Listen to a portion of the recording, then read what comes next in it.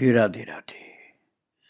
भक्तों, जो वास्तविक भागवत भक्त होता है, जिसके अंदर भक्ति महारानी निरंतर आनंद से वास कर रही हैं, उसको तो भगवान से ही प्रेम होता है, उसको अपने प्रभु से प्रेम है और उनका साथ बने रहे, इसके लिए, उनका साथ पकड़े रहने के लिए और सब कुछ छोड़ देते हैं। अपने घर परिवार निवास पर और सारा संसार छोड़कर भगवान के पीछे भाग चलते हैं। और ऐसा ही हो रहा था जगन्नाथपुरी में गौरांग महाप्रभु के अनुयायियों के साथ। उन्होंने देखा कि प्रभु वृंदावन के लिए बड़ी तीव्र गति से चल पड़े हैं, तो महाराज सब जगन्नाथपुरी छोड़ छोड़ करके भागे और प्रभु अपने पीछे आ रहे लोक समूह से छुटकारा पाने के लिए विभिन्न उपाय करने लगे। कभी पथ छोड़कर विपथ पर जाने लगे, कभी द्रुत गति से चलने लगे, कभी छिपने लगे। अर्थात प्रभु ने पथापथ देखे बिना एकदम दौड़ लगाई। जिस प्रकार मधुलोलुप भ्रमर पुष्प पर बैठना चाहता है, किंतु वायु द्वारा पुष्प के कंपित होने के कारण बैठ नहीं पाता, उसी प्रकार नीलाचलवासी चेष्टा करके भी प्रभु को पकड़ नहीं पा रहे। भक्तों की इसी अवस्था का वर्णन करते हुए चैतन्य चरित काव्य के लेखक ने महाराज एकाक्षर श्लोक लिख दिया है, जो जैसा श्लोक सुनने को जल्दी नहीं मिलेगा। और वो एकाक्षर श्लोक में क्या कहना चाहते हैं? उनका कहना है कि नीलाचल लीला को दूर रख, व्रज गमन रूपी लीला ही इच्छित वस्तु है। उसी के लिए महाप्रभु सतृष्ण और चंचल हो गए। समस्त भक्तों का त्याग कर विलास से चंचल मना हो गए। अनुगामी भक्त चंचल मना गौरचंद्र को पकड़ने के लिए भ्रमरों की भांति विविध लीलाएं करने लगे। अब इस दृश्य को, इस घटना को किस तरह से भाव से एक श्लोक बना करके प्रस्तुत किया है महान भक्त कवि ने। एकाक्षर श्लोक है। एकाक्षर का तात्पर्य वही एक ही अक्षर, पूरे श्लोक में दूसरा कोई अक्षर ही नहीं आया। इसलिए मुझे वह श्लोक बोलने का मन हो रहा है कि आप भी सुनिए। वो श्लोक है ललल्ली लो ललल्ली लो लो लो लो लो ललल्ललह लीला लो लोह लीलाली लीलाली लोल लाम ललुहु। कैसा अद्भुत श्लोक है। भाव है नीलाचल लीला को दूर रखकर ब्रजगमन रूपी लीला ही इच्छित वस्तु है। उसी के लिए महाप्रभु सतृष्ण और चंचल हो गए। समस्त भक्तों का त्याग कर विलास से चंचल मना हो गए। अनुगामी भक्त चंचल मना गौरचंद्र को पकड़ने के लिए भ्रमरों की भांति विविध लीलाएं करने लगे। ललल्ली लो ललल्ली लो लो लो लो लो ललल्ललह लीला लो लोह लीलाली लीलाली लोललाम ललुहु। अद्भुत वर्णन किया। भक्तों, ये वर्णन चैतन्य चरित में बहुत विचित्र श्लोक।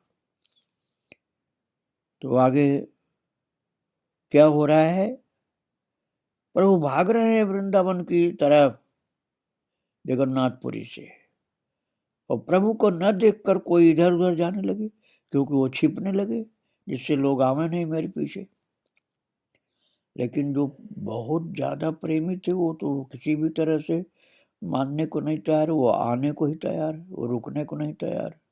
कोई जमीन पर गिरकर रोदन करने लगे कि हमें तो दिखलाई नहीं पड़ रहे, कहाँ चले गए, किसी मार्ग पर नहीं दिख रहे। रामानंद राय महाराज वो तो महान भक्त हैं और बहुत धनवान राजा थे। वो तो बाबू आदमी कहे जाते थे। पैदल नहीं चल पाते, प्रभु को छोड़ भी नहीं पाते। वे डोले में बैठ गए। कहाँ जा रहे हैं और कितनी दूर प्रभु के साथ जाएंगे इसका कोई ठिकाना नहीं। प्रभु पैदल जाएं और वे डोले में, ऐसा हो ही नहीं सकता है। सोच रहे थे वहां तक पहुंच जाए तो डोला छोड़ देंगे, लेकिन पहले महाप्रभु के पास पहुंचे तब तो छोड़े डोला। इसलिए प्रभु बहुत पीछे चल रहे हैं। प्रभु ने रामानंद को देखकर उन्हें जाने को मना किया। रूखेपन से उनका तिरस्कार किया, किंतु रामानंद ग्रहग्रस्त की भांति मानो प्रभु की कोई भी बात नहीं सुन सके और डोले पर चढ़कर रोते रोते जाने लगे। गदाधर को प्रभु ने पुनः निषेध किया। वे प्रभु का संग त्याग कर बहुत पीछे होकर चलने लगे कि जिससे मुझे देखे नहीं तो रोक भी नहीं पाएंगे। आना नहीं छोड़ा। क्रमशः सभी भवानीपुर पहुंचे। देखा कि वहां वाणीनाथ ने द्रुतगामी दूतों के साथ विभिन्न प्रकार का ताजा महाप्रसाद पहुंचा दिया है। प्रभु अपने दल के साथ उपस्थित हुए। महाप्रसाद भी आ गया। ये महाप्रसाद कम नहीं है, इस बात को महान महान भक्तों ने बताया। और अब एक कवि कर्णपुर की बात मैं बताऊं आपको। मैं आपको पहले बता चुका हूं कवि कर्णपुर के विषय में। जो छोटे से बच्चे थे तो पिताजी के साथ गए थे दर्शन करने महाप्रभु का। तो बच्चे थे, जमीन पर रेंगते थे, घुटने के बल भागते थे। तो उन्होंने महाप्रभु के चरण के अंगूठे को मुंह में डाल के चूसा था। तो महाप्रभु ने आशीर्वाद दिया था, अब इनके मन में, अब इसके मुख में सरस्वती का वास हो गया, अब ये बहुत महान ज्ञानी भक्त होगा, ऐसा आशीर्वाद दिया था। वही है कवि कर्णपुर। मैंने आपको पहले की बात याद कराई। तो कवि कर्णपुर ने सुंदर ढंग से एकाक्षर श्लोक में बताया।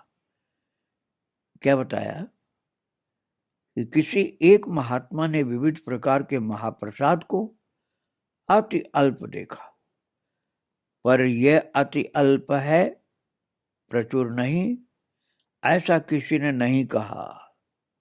अर्थात उस अल्पतर प्रसाद को भी अधिक समझा।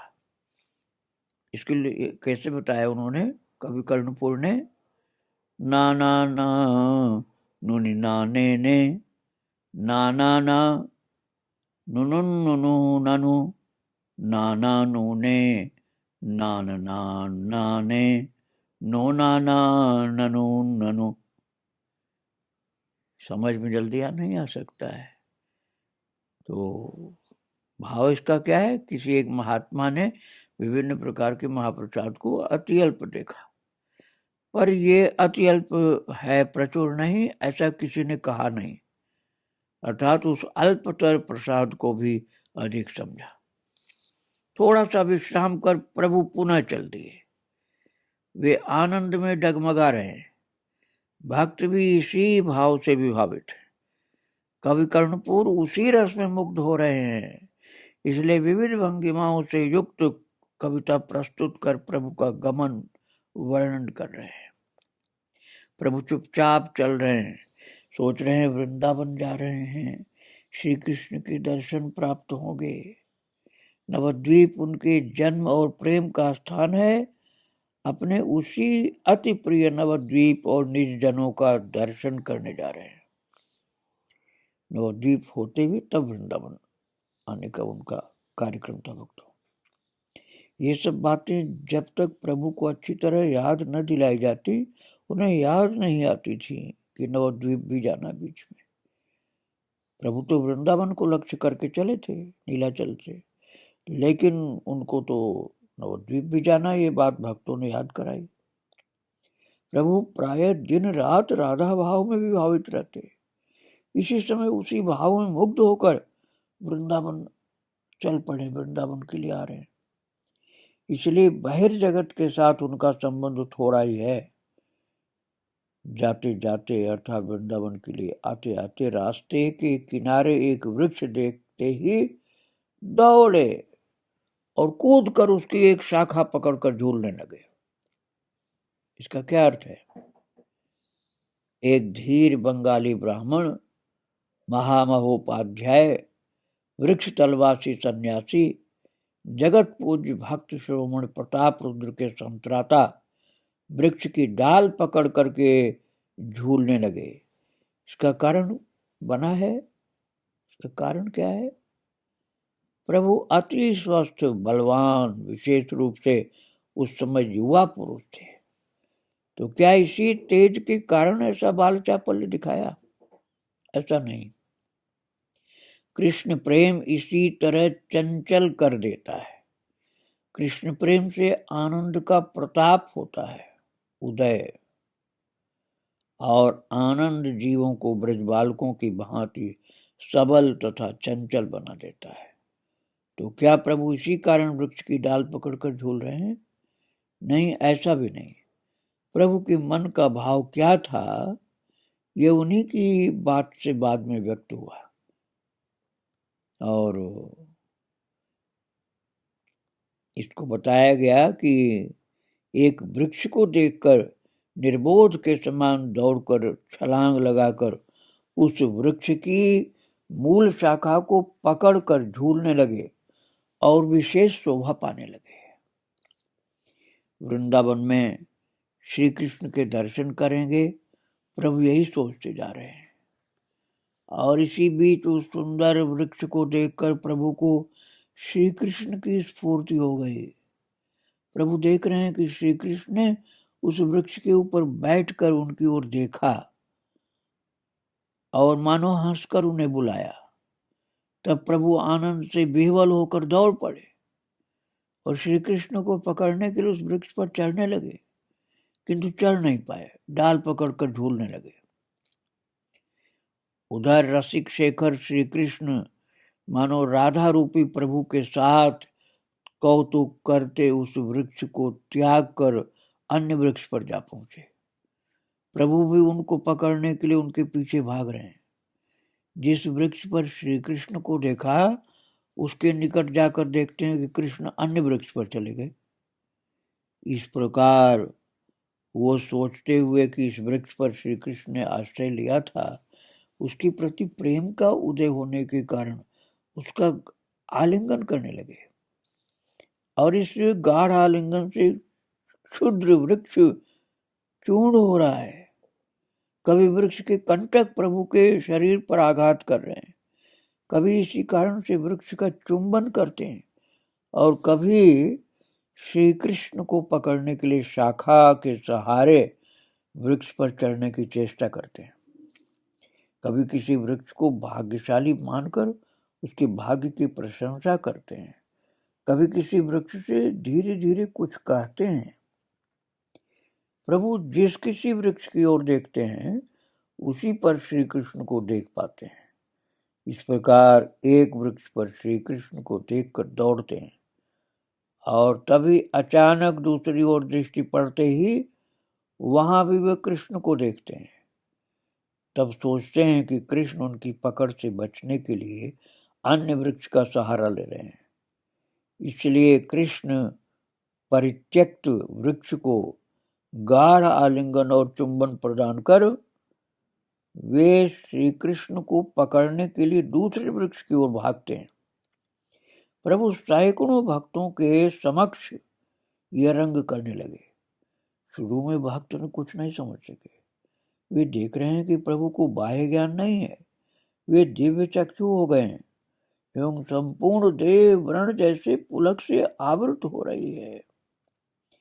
फिर वे कभी तो स्त्रियों की भांति करुण स्वर में रोदन करते हैं, कभी श्री कृष्ण दर्शन की लालसा में बार बार लंबी सांस ले रहे हैं। प्रभु का श्रीअंग कांटों से क्षत विक्षत होता हुआ देखकर भक्तों को कष्ट हो रहा है, किंतु कोई भी उन्हें रोक नहीं पा रहा है। प्रभु वृक्ष पर चढ़ना चाहते हैं, किंतु चढ़ नहीं पा रहे, बल्कि वे गिर सकते हैं। ये देखकर परमानंद पुरी आदि मुख्य भक्त उनको नीचे से कसकर पकड़ते हैं ताकि वे गिरे नहीं, चोट न खाएं। और कंटक समाकीर्ण भूमि पर प्रभु गिर जाएंगे, ये देखकर परमानंदपुरी आदि भक्तों ने भय के साथ तुरंत उनको अपनी विशाल भुजाओं में धारण कर लिया। वास्तव में प्रभु क्या कर रहे हैं? प्रभु प्रेमानंद जल में डूबे हैं, वन में सभी वृक्षों को आलिंगन कर रहे हैं। वे अत्यंत विह्वल होकर इस प्रकार गाढ़ आलिंगन कर रहे हैं कि वृक्ष के टूटने की संभावना हो जाती है। प्रभु खंजन की भांति क्यों घूम रहे हैं? ये बात लोगों के बाद में समझ में आया कि उनको हर वृक्ष पर कृष्ण दिखलाई पड़ रहे हैं। श्री कृष्ण का अन्वेषण करते करते अचानक प्रभु को वे 2 स्थानों पर दिखाई दिए। तब शांत मन से ये विचार करने पर कि श्री कृष्ण सच में कहाँ हैं, अचानक उन्हें एक अन्य स्थान पर दिखाई दिए। तब उन्होंने उत्सुकता के साथ चारों ओर देखा। देखते हैं कि आकाश में कृष्ण है, पथ पर कृष्ण है, वृक्षों, लताओं और पुष्पों में कृष्ण है, दक्षिण में कृष्ण और सम्मुख भी श्री कृष्ण। अर्थात वे चारों ओर कृष्ण के अलावा वो कुछ भी नहीं देख पाए। तब उन्हें कुछ बाह्य ज्ञान हुआ एवं विस्मित होकर के भक्तों की ओर देखकर कहने लगे, देखो देखो, प्रत्येक वृक्ष पर श्री कृष्ण है। फिर बोले, नाना स्थानों पर। अंत में कहा, ऐसा नहीं, श्री कृष्ण को मैं हर तरफ देख रहा हूं, वे तो जगतमय हैं। अर्थात गौरचंद्र ने प्रेम में विह्वल होकर कहा कि देखो देखो, ये श्री कृष्ण चंद्र इधर उधर प्रत्येक वृक्ष पर विलास कर रहे हैं, मैं जगत को कृष्ण में देख रहा हूं। अब भक्तों को समझ में आया कि प्रभु आरंभ में दौड़ करके अग्रवर्ती होकर वृक्ष की शाखा पकड़कर उस पर चढ़ने की चेष्टा क्यों कर रहे थे। चंचल गति से एक वृक्ष को त्याग कर अन्य वृक्ष की ओर क्यों भाग रहे थे। ये बात अब समझ में आई लोगों को, और लोग समझ गए कि प्रभु अभी तक एकाग्रचित्त होकर श्री कृष्ण को पकड़ने की चेष्टा कर रहे थे। जब प्रभु चारों दिशाएं कृष्णमय देखने लगे तब उन्हें कुछ संदेह हुआ। उन्होंने सोचा, मैं कृष्ण को देख रहा हूं, ये सत्य है या भ्रम है। इस संदेह के जगने पर उन्हें कुछ बाह्य ज्ञान हुआ और भक्तों की याद आई। तब भक्तों से पूछा, बात क्या है, मैं सचेत हूं या अचेत, मैं जगत को कृष्णमय क्यों देख रहा हूं। भक्तगण अभी तक प्रभु के मन का भाव ठीक से नहीं समझ पाए थे, इसीलिए प्रभु को कोई कष्ट या संकट न हो इसी चेष्टा में लगे थे। अब प्रभु के मुख से सुना कि वे प्रतिवृक्ष पर और चारों ओर कृष्ण को देख रहे हैं, तो प्रभु की समस्त क्रियाओं का कारण समझ गए एवं उसी भाव से विभावित हो गए। अर्थात उन लोगों को भी लगा कि वे भी देख रहे हैं कि पक्षी सुख से गा रहे हैं, वृक्ष लताएं कुसुमित हो उठी हैं और उन पुष्पों से मधु झर रहा है।